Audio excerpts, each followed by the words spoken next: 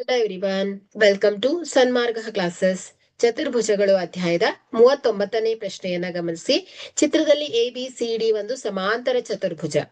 ಕೋನ BAC is equal to 45 degree ಆದರೆ ಕೋನ DCA ನ ಅಳತೆಯನ್ನ ಬರೆಯಿರಿ. ಸೊ ಇಲ್ಲಿ ಸಮಾಂತರ ಚತುರ್ಭುಜದ ನಿಯಮ ಏನ್ ಹೇಳಿ, ಒಂದು ಸಮಾಂತರ ಚತುರ್ಭುಜದಲ್ಲಿ ಅಭಿಮುಖ ಬಾಹುಗಳು ಪರಸ್ಪರ ಸಮಾಂತರವಾಗಿರುತ್ತೆ.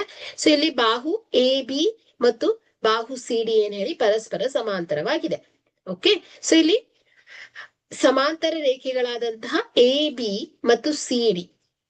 ಓಕೆ, ಸೊ ಇಲ್ಲಿ AB ಮತ್ತು CD ಗಳ ನಡುವೆ AC ಎಂಬುದು ಏನ್ ಹೇಳಿ ಛೇದಕ ರೇಖೆ ಆಗುತ್ತೆ. ಓಕೆ, ಸೊ ಸಮಾಂತರ ರೇಖೆಗಳನ್ನ ಒಂದು ಛೇದಕ ರೇಖೆಯು ಕತ್ತರಿಸಿದಾಗ ಉಂಟಾಗುವಂತಹ ಪರ್ಯಾಯ ಕೋನಗಳು ಏನಾಗುತ್ತೆ ಹೇಳಿ ಪರಸ್ಪರ ಸಮನಾಗಿರುತ್ತೆ. ಓಕೆ, ಹಾಗಾದ್ರೆ ಇಲ್ಲಿ ಕೋನಗಳನ್ನ ಹೋಲಿಕೆ ಮಾಡಿದ್ರೆ ಸೊ ಕೋನ BAC ಈಸ್ ಈಕ್ವಲ್ ಟು ಏನಾಗತ್ತೆ ಹೇಳಿ ಕೋನ DCA ಆಗತ್ತೆ. ಸೊ ಇದು ಎರಡು ಈಕ್ವಲ್, ಯಾಕಂದ್ರೆ ಇದು ಪರ್ಯಾಯ ಕೋನಗಳು. ಓಕೆ, ಸೊ 45 ಡಿಗ್ರಿ ಆಗಿರುತ್ತೆ. ಓಕೆ, ಹಾಗಾದ್ರೆ ಇಲ್ಲಿ ಕೋನ DCA ನ ಅಳತೆ ಎಷ್ಟು ಹೇಳಿ 45 ಡಿಗ್ರಿ, ಯಾಕಂದ್ರೆ ಇದು ಪರ್ಯಾಯ. ಸೊ ಇಲ್ಲಿ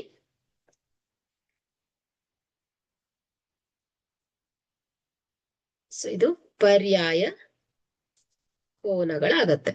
ಓಕೆ, ಥ್ಯಾಂಕ್ ಯು.